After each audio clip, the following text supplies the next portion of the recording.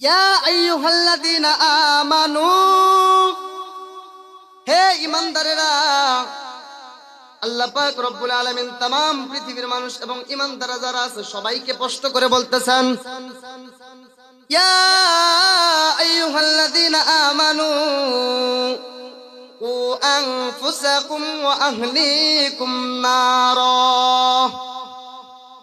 আল্লাহ পাক রব্বুল আলামিন বলতেছেন, হে পৃথিবীর মানুষেরা, হে ঈমানদারেরা, তোমরা কি করো? নিজেও জাহান্নামের আগুন থেকে বাঁচো, অপরকেও জাহান্নামের আগুন থেকে বাঁচাও। তোমাদের আহলিয়া সন্তান যারা আছে, তোমাদের বিবি যারা আছে, ভাই যারা আছে, বোন যারা আছে, তাদেরকে কি করো? জাহান্নামের আগুন থেকে বাঁচাও। প্রথম আল্লাহ পাক রব্বুল আলামিন বলতেছেন, নিজে জাহান্নামের আগুন থেকে বাঁচো, তারপরে কি করো? তোমার আহলিয়া সন্তান যারা আছে তাদেরকেও জাহান্নামের আগুন থেকে বাঁচাও। প্যারা হাজিরিন, এই কাকড়াচালার মুসল্লিরা এই জাহান্নামের আগুন থেকে নিজে বাঁচার জন্য, অপরকেও বাঁচানোর জন্য এই সুন্দর জালিসুর রহমান জান্নাতের বাগান বানাইছেন।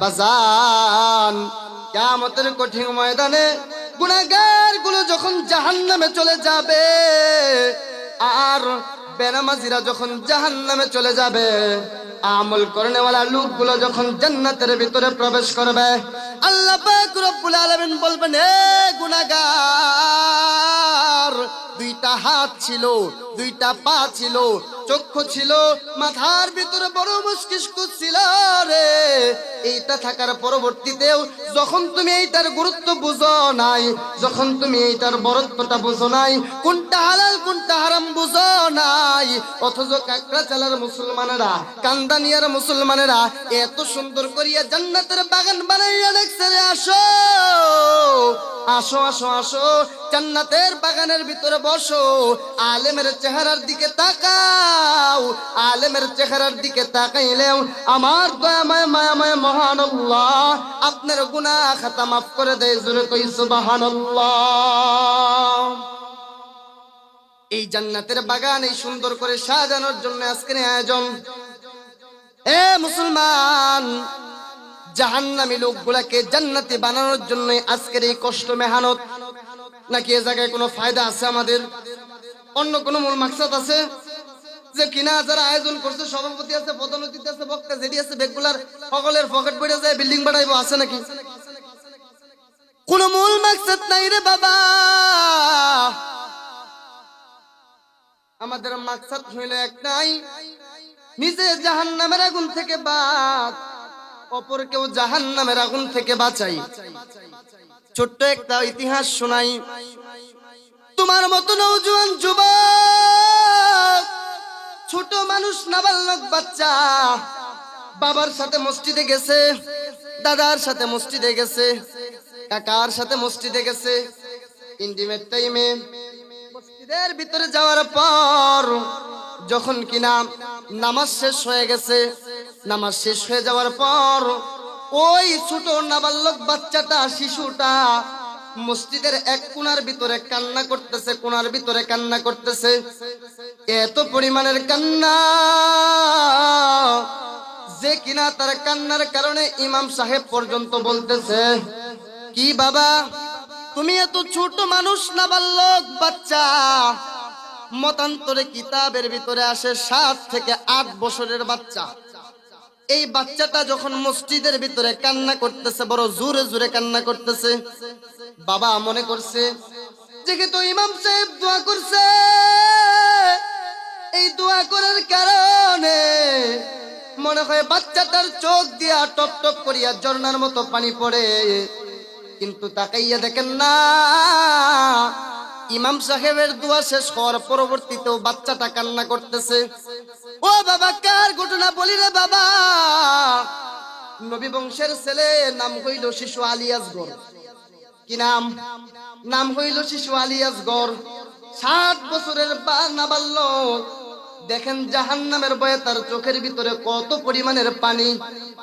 এবার এই শিশু আলী আসগর এক পর্যায়ে যখন কান্না করতে করতে করতে তার চোখ দিয়ে যখন অজস্রে পানি পড়ে, ইন্দিমের টাইমে শিশু আলী আসগরের কান্না কোনোভাবে থামে না।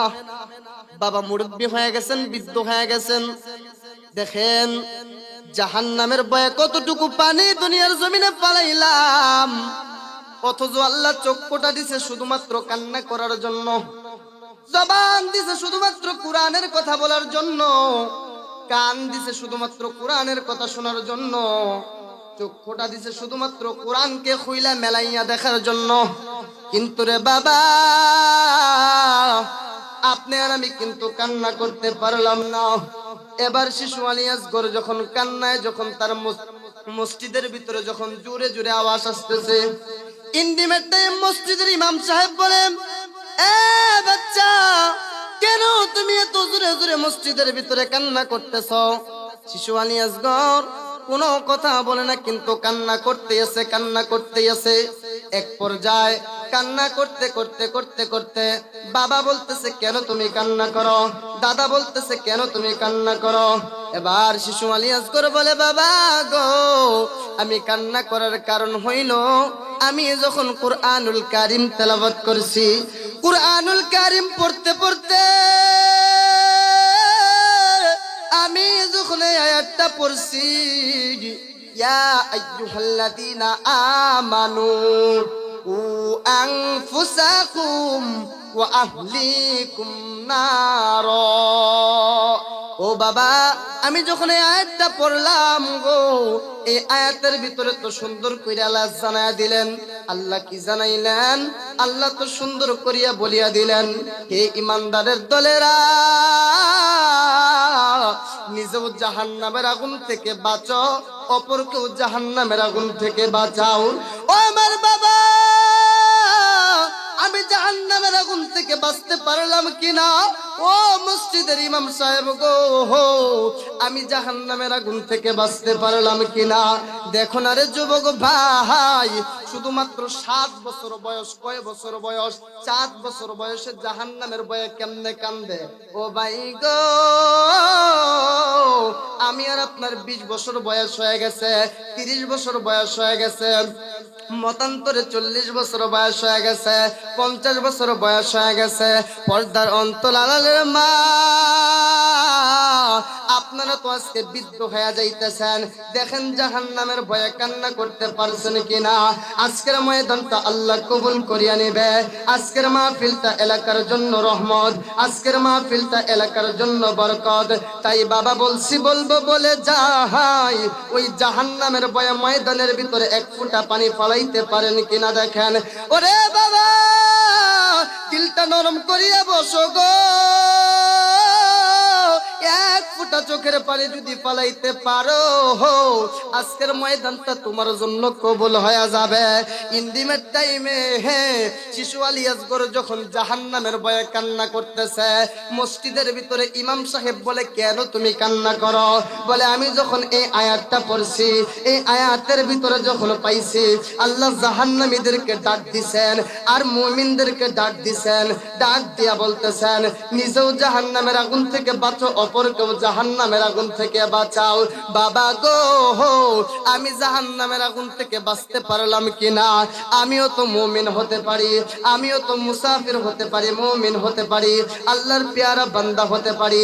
এবার ইমাম সাহেব ডাক দিয়ে বলে, এরে শিশু আলী আসগর, এইটা তো আল্লাহ মুরব্বীদের বেলায় বলেছেন, বয়স্কদের বেলায় বলেছেন, শিশু আলী আসগর রে, কেন তুমি কান্না করতেছ? এইটা তো তোমার কারণে বলে নাই।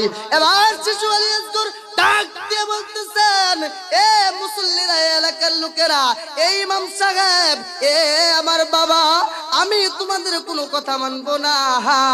আমি যখন জাহান্নামের কথা পড়ছি, আমি যখন জাহান্নামের কথা বুঝছি, জাহান্নামের কেমন আগুন, জাহান্নামের এক ফোঁটা আগুন যদি দুনিয়ার জমিনে আমার দয়ার আল্লাহ দিয়া দিতেন, তামাম পৃথিবী পুরা চাই কিন্তু হয়ে যাইত। আমি শিশু আলী আসগর যখন পড়ছি, আমি আমি আমি আমি আমি আলী আসগর কান্না করার কারণ হইল, আমি আলী আসগর কান্না করার কারণ হইল, আমিও তো মুমিন হতে পারি, আমিও তো ইমানদার হতে পারি, আমি জাহান্নামের আগুন থেকে বাঁচলাম কিনা। এবার বাবা বলতেছে এইটা তো আমাদের বেলায় বলেছেন আল্লাহ, তুমি ছোট মানুষ, তুমি কেন কান্না করতেছ? তোমার কান্না করার কারণ কি? শিশু আলী আসগর ডাক দেয়া বলে, বাবা গো, আমি যখন আমার মাকে রান্না করতে দেখছি, আমার মা যখন চুলার ভিতরে আগুন জ্বালায়, আমার মা যখন চুলার ভিতরে প্রথম রান্নাটা বসায়, আমি তাকাইয়া দেখছি আমার মা কিন্তু বড় বড় খড়িগুলা লাকড়িগুলা আগে দেয় না, আমার মা কিন্তু ছোট ছোট খড়িগুলা লাকড়িগুলা আগে দিয়ে আগুনটা কিন্তু জ্বালায়। তারপরে কিন্তু আমার মা এ জায়গায় ভাত পাকায়, তরকারি পাকায়, তারপরে কিন্তু বড় বড় লাকড়িগুলা দেয়, তারপরে কিন্তু বড় বড় খড়িগুলা দেয়। বাবা গো, আমার আল্লাহ তাআলা যদি জাহান্নামের আগুনটা আমি শিশু আলী আসগরকে দিয়া জ্বালায়, আমি শিশু আলী আসগর দিয়া জ্বালায়, একই আয়াতে আল্লাহ বলছেন ওয়াকুদুহান নাস ওয়াল হিজারা, বাবা দিলটা নরম করিয়া বসো, এক ফোঁটা চোখের পানি ফলাইলে আজকের মাহফিল তোমার জন্য কামিয়াব। যুবক বাইরে, কার নেশায় পয়রা তুমি ঘুমাও না? কার নেশায় পয়রা তুমি গুনাহ ছাড়তে পারো না? দেখো শিশু আলী আসগর কেমন করিয়া কান্দে, আমি বাস্তব প্রমাণ তোমাদেরকে দিয়া যাই। এবার শিশু আলী আসগর ডাকতে বলে, একই আয়াতে আল্লাহ বলছেন ওয়াকুদুহান নাস ওয়াল হিজারা, আল্লাহ পাক জাহান্নামের আগুনটারে শুধুমাত্র পাথর আর মানুষ দ্বারা জ্বালাইবেন, মানুষ আর পাথর দ্বারা জ্বালাইবেন। যদি আমার আল্লাহ আমি শিশু আলী আসগরকে দিয়া জাহান্নামের আগুনটা জ্বালায় গো, আমার অবস্থা কেমন হয়ে যাবে? শিশু আলী আসগর জাহান্নামের ভয়ে কান্দে, বাবা গো, কেন আর আমি জাহান্নামের ভয়ে কাঁদতে পারলাম না? কেন আমি আর আপনি জাহান্নামকে ভয় করতে পারলাম না? কেন আমি আর আপনি ইমানদার হইতে পারলাম না? আরে বন্ধু, আজকে তুমি মারা যাও, কালকে তুমি 2 দিন হয়ে যাইবা, মারা যাওয়ার পরবর্তীতে তোমাকে কিন্তু তোমার সন্তানেরা কবরের ভিতরে রেখে যাবে। দুনিয়ার টাকা পয়সা, বাড়ি গাড়ি সব কিছু দুনিয়ার জমিনের ভিতরে পড়ে থাকবে। এ যুবক বাইরে, নবীর প্রেমিক হইয়া, নবীর আশিক হইয়া ওই কবরের ভিতরে যদি যাইতে পারো, কবর তোমার জন্য বড় সুপারিশ করনেওয়ালা হয়ে যাবে। আমার ভাইয়েরা, আমার বন্ধুগণ, শিশু আলী আসগর জাহান্নামের ভয়ে যদি কান্না করতে পারে গো, আমি আর আপনি কেন পারলাম না? বুঝা যায় ইমানের ভিতরে বড় দুর্বল। বাই গো, যদি পারস তোর পা 2টা আমার সামনে আগায়া দে, পায়ে হাত রাইখা বলি, রে ভাই, মৃত্যু কখনো কিন্তু কাউকে বলে আসে না। ও ভাই, মৃত্যু হঠাৎ করে চলে আসে, মৃত্যু কখনো কাউকে বলে আসে না। বন্ধু, মৃত্যু আসার আগে ওই কবরের সামান বানাইয়া আমি তুমি যদি কবরে যাইতে পারি, তোমার আমার জন্য কবরটা বড় সহজ হয়ে যাবে। আর যদি কবরের সামান না বানাইয়া যাই, নবীজির মোহাব্বত নিয়ে যদি কবরে না যাই, মা বাবাকে যদি কষ্ট দিয়া কবরে যাই, তোমার আমার আমল নামায় কিন্তু জাহান্নাম ছাড়া কোনো উপায় নাই। আমার ভাইরা, আমার বন্ধুগণ, বয়ানের সময় সকাল বেলা মহিলারা বলেছে, হুজুর, আমরা আপনার কাছে একটু মার আলোচনা শুনতে চাই। এ মহিলারা, মা বোনেরা, পর্দার অন্তরালে যে সকল মা বোনেরা আছেন, আমি এখন মহিলাদেরকে একটু সুন্দর করিয়া শুনাইয়া যাই, মার ওয়াজটা একটু শুনাই। আল্লাহ পাক রব্বুল আলামিন কুরআনুল কারীমের ভিতরে বলতেছেন, ওয়াকাযা রাব্বুকা আল্লা তা'বুদু ইল্লা ইয়াহু ওয়া বিল ওয়ালিদাইনি ইহসানা। আল্লাহ পাক রব্বুল আলামিন বলতেছেন, হে তামাম পৃথিবীর মানুষ, তোমরা কি করবা? আমি আল্লাহকে শুধুমাত্র সিজদা করবা। আমি আল্লাহর গোলামি ছাড়া আর কারো গোলামি করবা না। আমি আল্লাহ ছাড়া তামাম পৃথিবীর জমিনের ভিতরে আর কোনো ইলাহ নাই। তামাম পৃথিবীর মানুষ, আর কি করবা? তোমরা তোমার মার সাথে ভালো ব্যবহার করবা, তোমরা তোমার মার সাথে ভালো আচরণ করবা, তোমরা তোমার মার সাথে সৎ ব্যবহার করবা, তাদেরকে কখনো ধমক দিয়া কথা বলবা না। কথা ঠিক কিনা?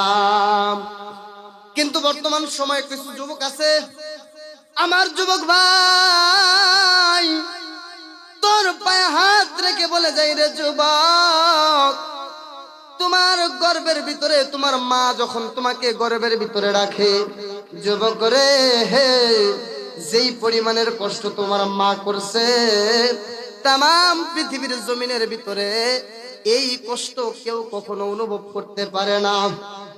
সুন্দর করিয়া ছোট্ট আকারে একটা ইতিহাস আমি শোনাইয়া যাই।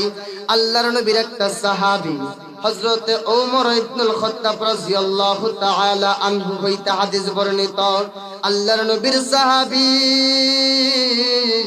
খলিফাতুল মুসলিমিন আমিরুল মুমিনিনের সামনে যখন বসা, আমার ভাইরা, আল্লাহর নবীর সাহাবী নবীজির সামনে আসিয়া ডাক দেয়া বলে, নবী গো, আমি তো যুদ্ধে যেতে চাই।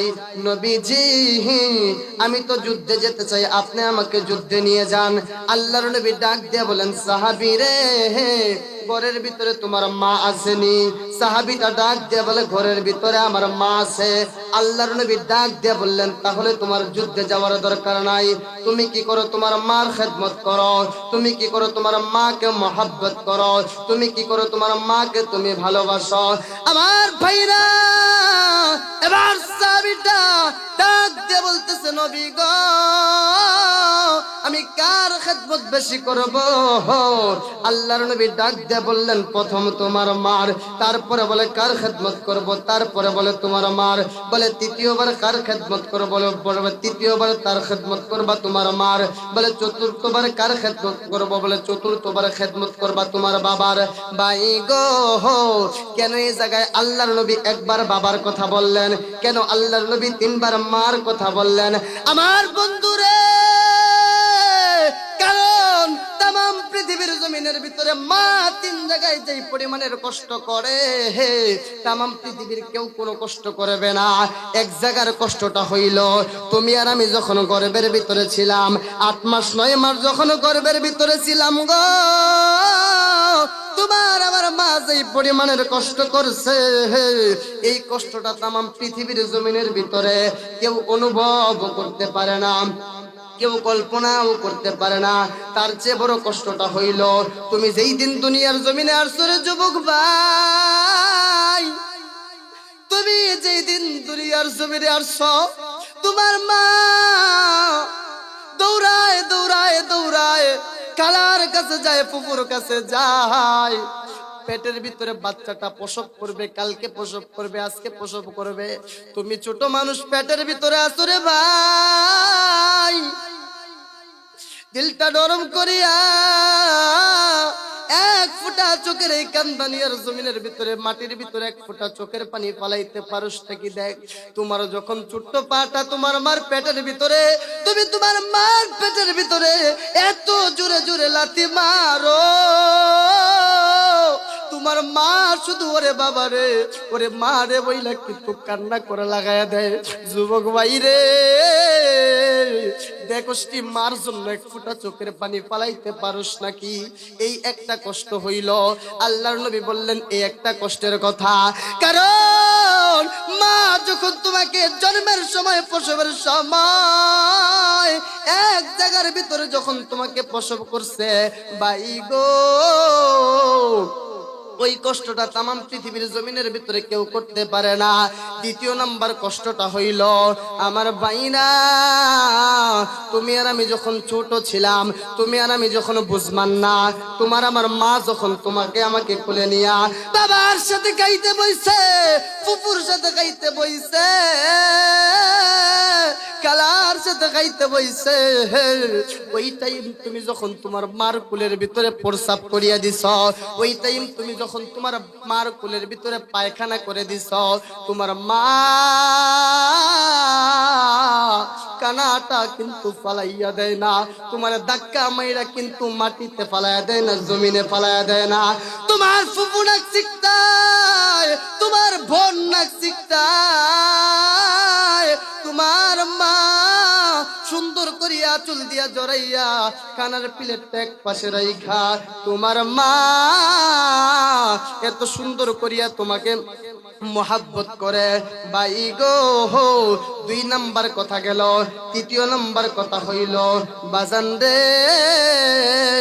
তোমার মা যখন তোমাকে এত পরিমাণে লালিত পালিত কষ্ট করে, তোমার মা যখন তোমাকে এত পরিমাণে সুন্দর করিয়া বড় করে, তামাম পৃথিবীর জমিনের ভিতরে শত শত ভুল করার পরবর্তীতে একদিন ভুল করছো, দেখছো রে তোমার বাবা ঘর থেকে বের করে দিছে, কিন্তু তোমার জনম দুঃখিনী মা এর বেলা একটু দেরি কইরা বাড়িতে ফিরছ, তোমার মা কিন্তু জানালা দিয়া তাকায় রইছে, তোমার মা কিন্তু দরজার আড়াল দিয়া তাকায় রইছে। ঘরের একটা কাঁঠাল পাতা যখন তোমার মার ঘরের চালের উপরে পড়ে রে, তোমার মা সুন্দর কইরা ডাক মারে, এ আব্দুল্লাহ, এ আব্দুর রহমান আইসনি।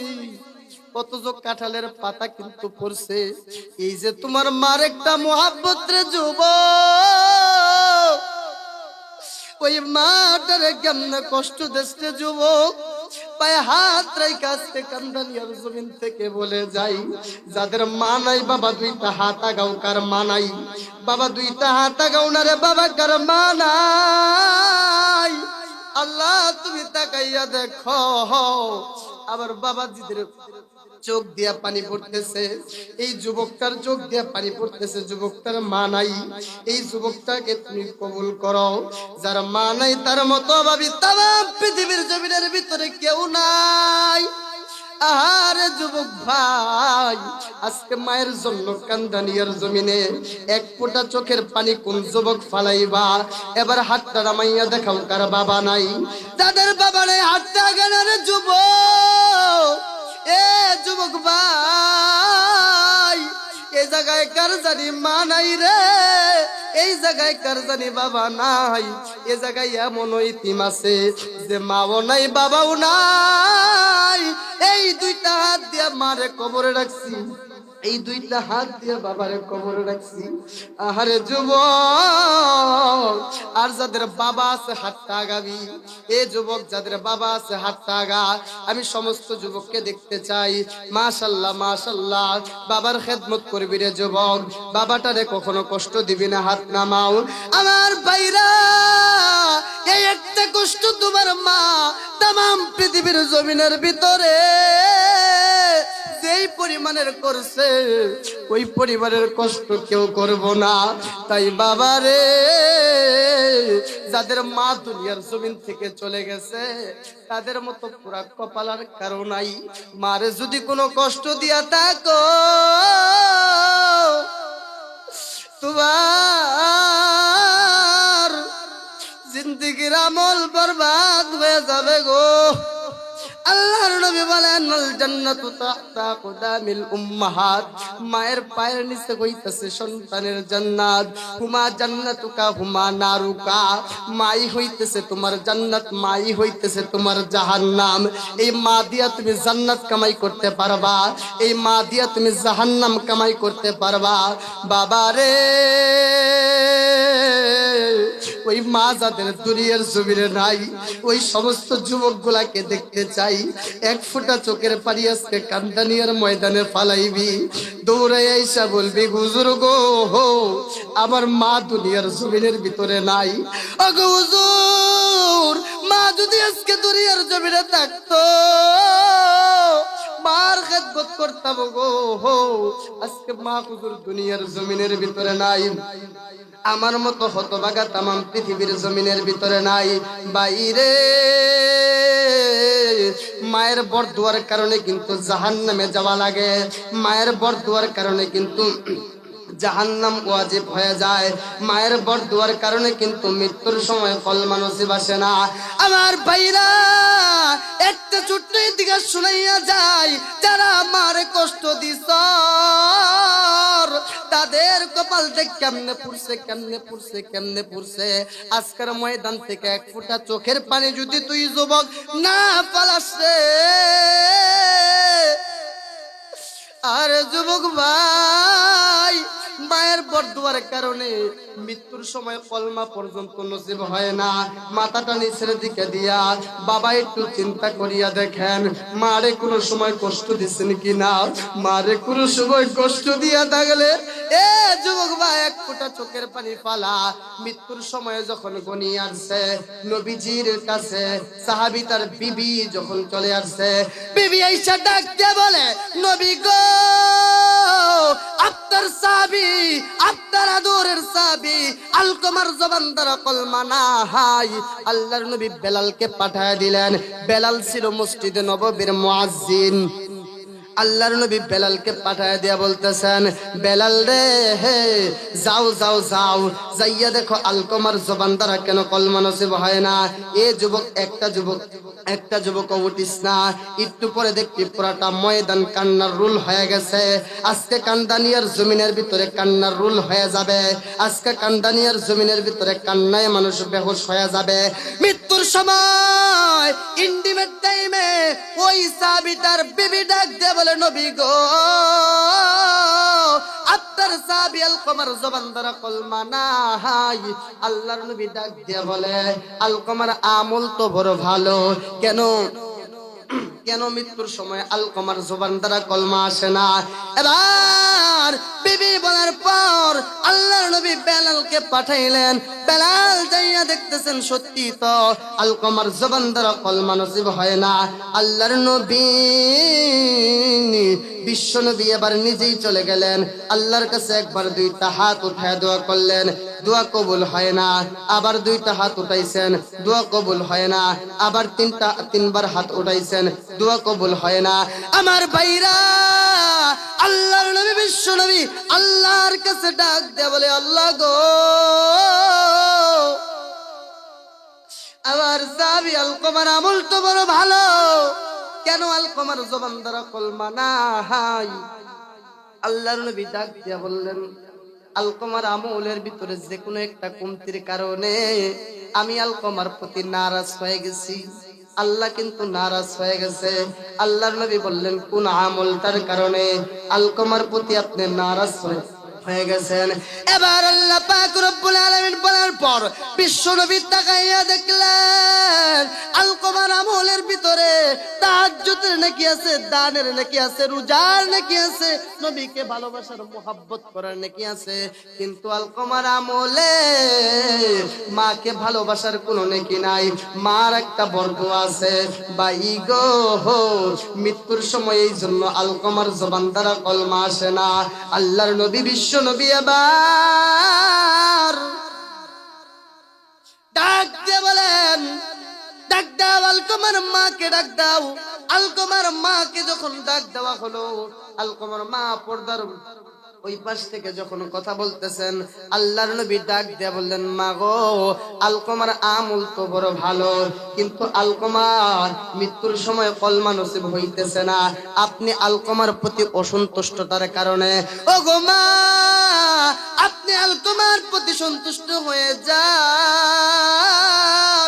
আমার আল্লাহ আলকমার হয়ে যাবে। এবার মা বলতেছে, নবী গো, আলকমার আমল বড় ভালো, এটা আমি বিশ্বাস করি। আলকমা তাহাজ্জুদ কাজা করে না, আলকমা নামাজ বাদ দেয় না, আলকমা রোজা বাদ দেয় না, কিন্তু আলকমা একটা জায়গায় দুর্বল গো। আলকমা শুধুমাত্র বিবির কথা প্রাধান্য দিত, শুধুমাত্র বিবির কথা শুনতো। আলকমার জন্য যখন বিবির কথা শুনতো, এই কারণে আমি মার কোনো কথা যখন আলকমা শুনতো না, আমি মা আলকমার প্রতি নারাজ হয়ে গেছি। যখন মা নারাজ হয়ে গেছে, আমার আল্লাহ আলকমার প্রতি নারাজ হয়ে গেছে। জোরে কই নাউজুবিল্লাহ। আল্লাহর নবী বিশ্ব নবী আবার তাকায় দেখতেছেন, মার কাছ থেকে যদি মাফ না নেই, ক্ষমা না নেই। আলকমা মৃত্যুবিহীন, মৃত্যুর সময় কালেমা বিহীন কবরে চলে যাবে, আর মৃত্যুর সময় কালেমা নসিব না হওয়ার গুণটাই হইতেছে কিন্তু জাহান্নামী দিক থাকিবে। ঠিক আমার ভাইরা, ও মুরব্বী বাবাজিরা, এবার আলকমার মাকে যখন দেখা হলো, আল্লাহর নবী বলতেছেন, মা গো, আপনি আমাকে একটু বলুন, আলকমাকে আপনি মাফ করবেন কিনা? বলে, না না না, আমি আলকমাকে মাফ করব না। আল্লাহর নবী, বিশ্ব নবী সাহাবায়ে কেরামকে বলতেছেন, এ সাহাবীরা, তাড়াতাড়ি করে যাও, কাঠ জোড়া করো, লাকড়ি জোড়া করো, তাড়াতাড়ি যাও, যাইয়া তোমরা আলকমার জন্য আগুন জ্বালাও। মা ডাক দিয়া বলে, নবী গো, আগুন জ্বলাইয়া কি করবেন? আল্লাহর নবী ডাক দিয়া বলতেছে, আগুন জ্বলাইয়া আলকমাকে দুনিয়াতে আগুনে পোড়াইয়া দেব। মার মনের ভিতরে কেমন জানি ভয় লাগতেছে, মার মনের ভিতরে কেমন জানি কষ্ট লাগতেছে। এবার আলকমার মা ডাক দিয়ে বলে, নবী গো, কেন আলকমাকে পুড়াইয়া দিবেন? আল্লাহর নবী ডাক দিয়ে কয়, মা গো, যেই আলকমা জাহান্নামে হয়ে যাবে, এই আলকমাকে দুনিয়াতে জাহান্নামে বানাইয়া দেই। আল্লাহর নবীর কথা শোনার পরে মা ডাক দিয়ে কয়, না না না, আমার সন্তান গুনাহ করতে পারে, আমার সন্তান অপরাধ করতে পারে, আমার সন্তান আমার অবাধ্য হতে পারে, কিন্তু মার সামনে সন্তানকে জীবিত আগুনের ভিতরে পুড়াইয়া দিবেন, মা আমি সহ্য করতে পারবো না। আল্লাহর নবী আবার বলতেছেন, মা গো, এইটা তো শুধুমাত্র দুনিয়ার সামান্য আগুন, আর আলকমা যদি কালেমা বিহীন, কালেমা ছাড়া কবরের ভিতরে যায়, আল্লাহ পাক রব্বুল আলামিন কিন্তু জাহান্নামের আগুন দ্বারা তাকে জ্বালাইয়া দেবে। এবার আলকমার মা ডাক দিয়ে কয়, নবী গো, না না না, দরকার নাই, আমি মা খালেস দিলে বলে দিলাম, আলকমার প্রতি আমার কোনো গুরসা নাই, আলকমার প্রতি আমার কোনো রাগ নাই। আল্লাহর নবী ডাক দিয়ে বলে, বেলাল রে, যাও যাও যাও, জলদি করে যাও, যাইয়া দেখো আলকমার জবান দ্বারা কলমা নসিব হয় কিনা। ইন্টিমেট টাইম বেলাল বলতেছে, ইয়া রাসূলুল্লাহ, ইয়া হাবিবাল্লাহ, নবীজি, আমি যখন আলকমার ঘরের ভিতরে গেলাম, আলকমার কানে কানে যখন বললাম, আলকমা তুমি পড়ো লা ইলাহা ইল্লাল্লাহু মুহাম্মাদুর রাসূলুল্লাহ সাল্লাল্লাহু আলাইহি ওয়াসাল্লাম, একটু আগে যে আলকমার জবান দ্বারা কলমা নাই, এই আলকমা এখন দেখি একা একাই পড়তেছে, লা ইলাহা ইল্লাল্লাহু মুহাম্মাদুর রাসূলুল্লাহ সাল্লাল্লাহু আলাইহি ওয়াসাল্লাম। জোরে কই সুবহানাল্লাহ, আর জোরে কই সুবহানাল্লাহ। এ যুবক ভাই, এই জন্য তোমাদেরকে বলি না যুবক, মাকে কখনো কষ্ট দিস না। আমিও তো একটা মায়ের সন্তান, আরে আমার মাও তো মা। ও পর্দানিশী মা, আজকে যারা দেখতেছো, তোমাদেরকেও বলি, মা তুমিও তো একটা সন্তানের মা। মা গো, তোমার কি মনে চায় না তোমার সন্তানটা আলেম হবে, হাফেজ হবে? তোমার কি মনে চায় না মৃত্যুর সময় তোমার সন্তানটা তোমার জানাজা পড়াবে, তোমার খাটিয়ার সামনে দাঁড়াবে? আমি আমার সম্মানিত মা বোনদেরকে বলবো, মা, তাই আজকে থেকে খালেস দিলে, তওবা করে, তওবার নিয়ত করে এমন সন্তান তুমি তৈরি করো, তাম পৃথিবীর জমিনের ভিতরে এই সন্তানটা যেন তোমার হয়ে যায়। আমার ভাইরা, আমার বন্ধুগণ, এবার নবীদের সাহাবী আলকামা ইন্টিমেট টাইমে যখন কলমা নসিব হয়ে গেছে, তাহলে আমি তাদেরকে বলবো, আজকে যারা মাকে কষ্ট দিয়েছেন, আজকে যারা বাবাকে কষ্ট দিয়েছেন, আজকে যারা মা বাবার কাছ থেকে বরদোয়া নিছেন, ভাই গো তাদের কপালটা বরবাদ হয়ে গেছে, তাদের কপালটা পুড়ে গেছে। আমি আজকে জায়গায় যুবক দেখতে চাই, কয়েকজন যুবক দেখতে চাই কার কার বাবা আছে হাত আগা। এ যুবক কার কার বাবা আছে হাত আগা। এই ময়দানের ভিতরে একটু তালাশ করে দেখ তোর বাবা আছে নাকি। এ যুবক তালাশ করে দেখ এই ময়দানের ভিতরে কারো বাবা আছে নাকি। কারো বাবা নাই, কারো বাবা নাই ময়দানের ভিতরে। নাই নাই নাই, কারো বাবা আছে? কো বাবা ময়দানের ভিতরে কোথায় বাবা আছে? বাবাটারে ধরায় ধরেন না। একটু দাঁড়ান বাবা, একটু দাঁড়ান। এই বাবা আপনার জন্য কত পরিমাণের কষ্ট করছে। ও বাবা দেখ তোর কোনো বাবা আছে নাকি যুবক রে? বাবাটারে একটু জড়ায় ধরেন না।